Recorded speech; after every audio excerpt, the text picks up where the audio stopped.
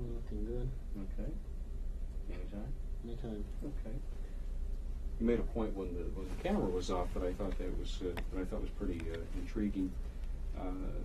You're not quite sure how things might have turned out if you had gone somewhere else, and could you speak to that, because I think it's an interesting point.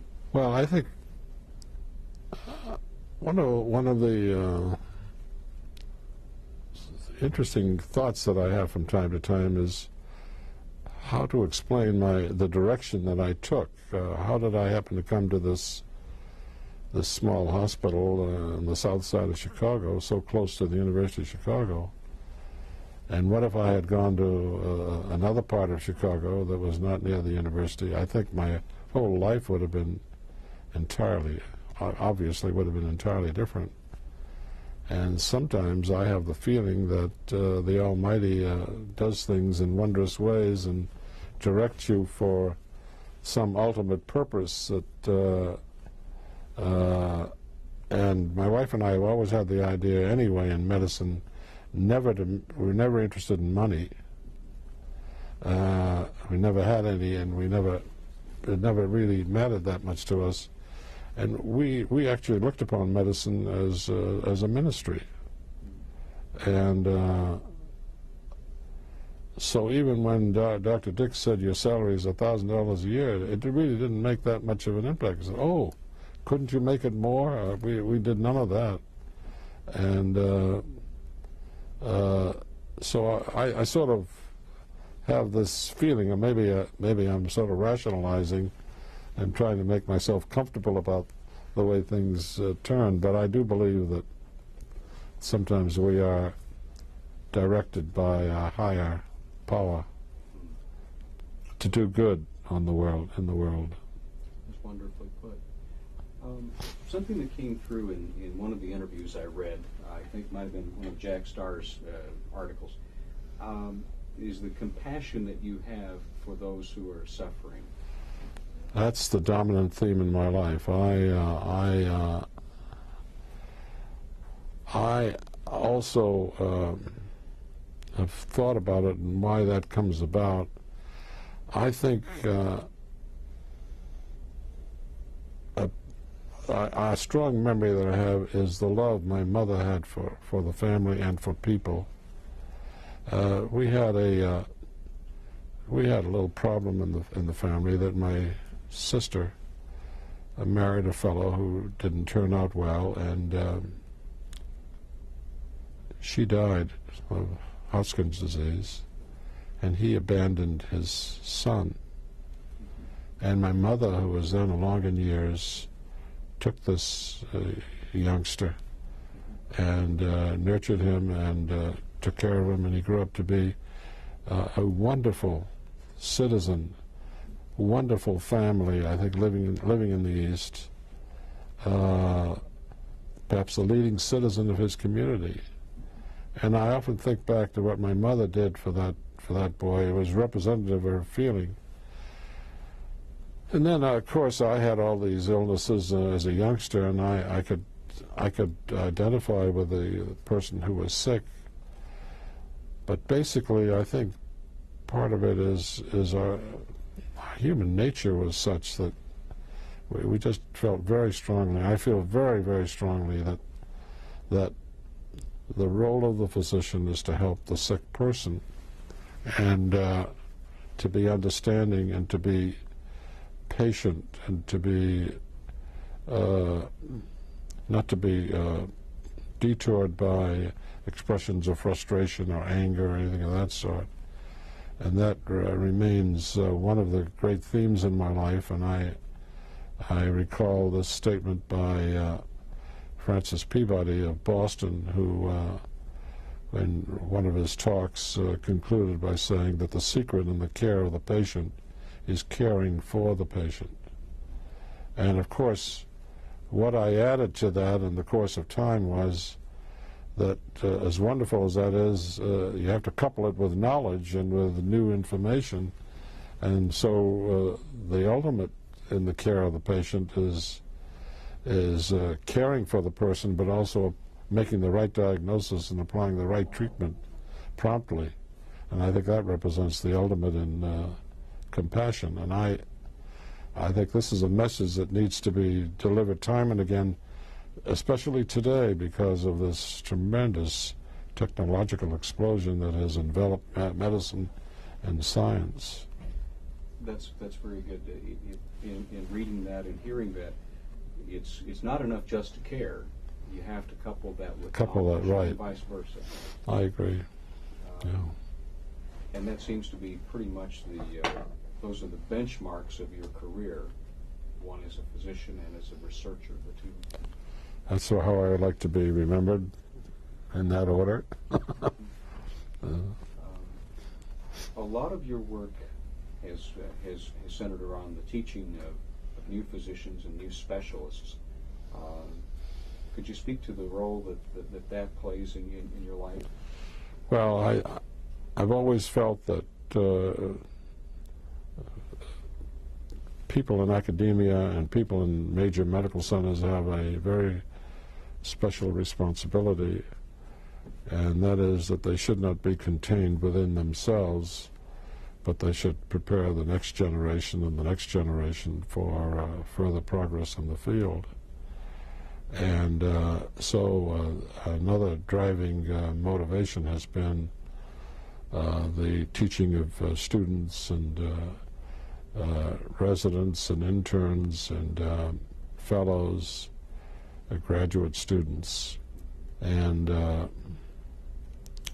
I think I've trained thousands of students, and as to training in gastroenterology, I must have trained something over 200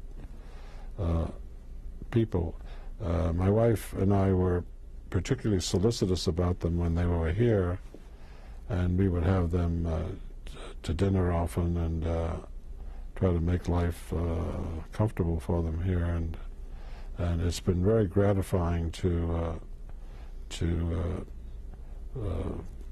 see how well they have done, and we've always looked upon them as our extended family. We have one son and two grandchildren, so we've never had a large family, and we've looked upon these graduate students as part of our family.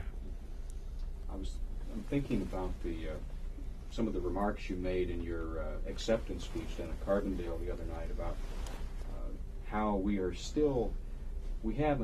just scratched the surface of what we're about to know about. Oh my, yes. To me, this is a remarkable period.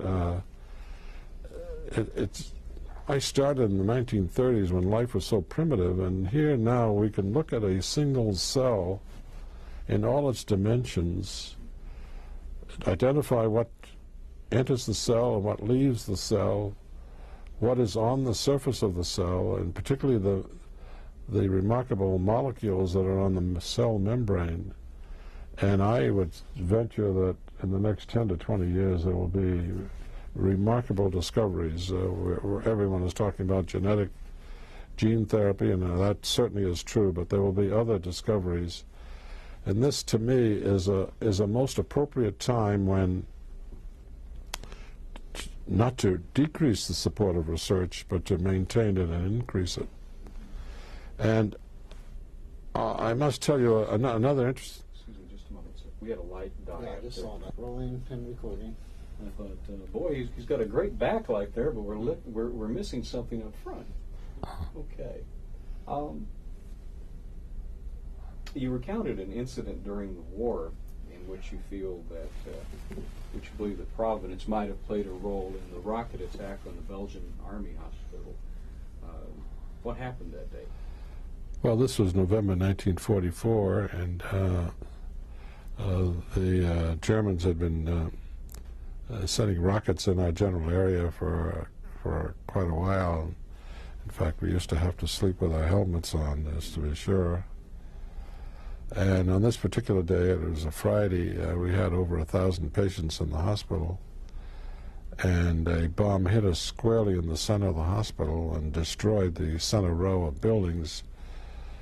This was where my office was located, and ordinarily I would be in my office, so invariably I would be in my office getting ready for the rounds and all that. And what in the world kept me out of that office, I still don't know. But we lost a number of doctors and nurses who were killed in that explosion. And the building was built in the form of a square, and the waves created by the explosion ricocheted back and forth and just about destroyed the hospital, but we didn't lose any patients.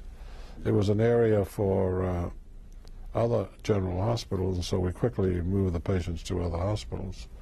But just surviving that was an example of the providential way things worked out, and you just often wonder what was the force behind it all. There was one other occasion during the Battle of the Bulge when the German line of advance was, once they crossed the Meuse River, they would be at our hospital. And we had patients that we couldn't abandon, and you could just imagine what would have happened to us if they'd crossed the Meuse and so on. So there were these narrow escapes, and one vow that I took was that I would never complain about the weather, which I haven't. You also mentioned that the war had a very dramatic effect in the advancement of medical research. I'm positive that the war turned medicine and science around, and not only in terms of the discoveries, but I was impressed by President Roosevelt's remarkable looking ahead and writing a letter to the head of the OSRD agency to suggest that the resources that had been amassed to win the war could be, after the war, could be directed to improving the health of the nation. So it actually happened in 1945 when the war ended, when after VE Day and VJ Day, then the government transferred, I think, 44 contracts that it had with universities and industries to the then little NIH, and transformed that into a key organization. It also recommended the formation of a science foundation. That was the National Science Foundation, which also has played a very important role. And I think it led to a period of increasing support from the National Institutes of Health, which allowed medical schools to expand their faculties and grow in their programs and nurture research, so that it became really the dominant country in the world, actually, in terms of medical and scientific research. I do think it was a key turning point. Very, very far-sighted. Very far-sighted, yeah. As you look back and take stock of things, what are the things in your professional life that have given you the most satisfaction? I think helping sick people is number one. I think there's no question that, you know, in this setting, we never are paid by patients. We're not. It didn't matter whether I saw one patient or 1,000 patients. My little salary was always little, and it would not. Then it was not influenced by clinical activity, so it wasn't a matter of money, but just the satisfaction of solving a difficult problem that maybe had eluded somebody else's attention, but basically helping people who were in trouble or families in trouble, and that to me continues even to this day as the greatest satisfaction. Another source of satisfaction is the opportunity that I had here to develop as not only as a physician but also as a scientist and as a teacher, and the wonderful feeling you get with good students and what they accomplish and your research. And then lastly, I think achieving a sort of national, international recognition is always good for the soul, to be recognized as somebody who has made a contribution you get the feeling as though your efforts, hard-won efforts, were really useful and turned out to be very positive. And nothing will change my mind that this is the greatest profession in the world, and I think the few bad apples that the media tend to identify are certainly not representative of medicine as a whole. I think we get, to this day, we get some of the most wonderful young men and women who not only are smart, but they really do enter medicine with a feeling that they want to help people in trouble and sick people. And I think one of our challenges is that we must nurture that and sustain it, so that when they finish with their medicine and they finish with their hospital training, they still have that feeling for the sick person. And of course, we have to couple it with exciting new knowledge. I think we're really on the verge of even more dramatic discoveries and more dramatic ways of helping people. I think we are helping people with a wide variety of diseases, including cancer. Obviously, we've got a long way to go, but my recommendation to the government would be, for God's sake, don't cut research, don't cut education, strengthen it, increase it, because therein lies our future. What recommendation would you have for the young men and women who would be considering medicine as a career? I would applaud them for their decision, and I would say keep working, maintain your goals, don't be deterred, pick outstanding role models, and adhere to the highest principles of medicine, and you will get a wonderful personal satisfaction, and you will achieve a position in life that not too many people can aspire to. I think that the physician from time immemorial has had a very special place in our society, and it continues even today. So I think that they're worthy goals that should be require all of their commitment and dedication. One final question, and this has to do with the Order of Lincoln. You're a man of many accomplishments, I see on your wall, and having read about you, what perhaps might have stood apart with the distinction of being named a Lincoln Laureate this year? Well, interestingly enough, of all the U.S. presidents, Lincoln was my favorite. And I've always looked upon him as the most humanitarian of all our presidents. And he didn't have an easy life either. When you look at his record, he was defeated many times when he ran for office, and he was not really accepted in a way that mirrored my early days, in which I had some problems in being recognized in lesser ways.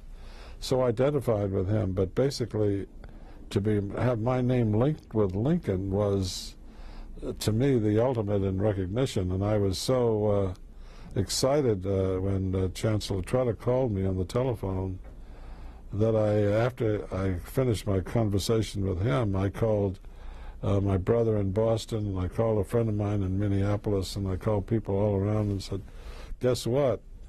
I'm nominated to be a laureate of the Lincoln Academy, and I was really thrilled to be in the company of such distinguished people in the past. Well, I've certainly enjoyed this. This has been wonderful for me as well. I'm sure everyone here. Well, thank you. I've enjoyed it. Happy to be part of the organization, and hope to help you continue with your goals. And appreciate it. This for me is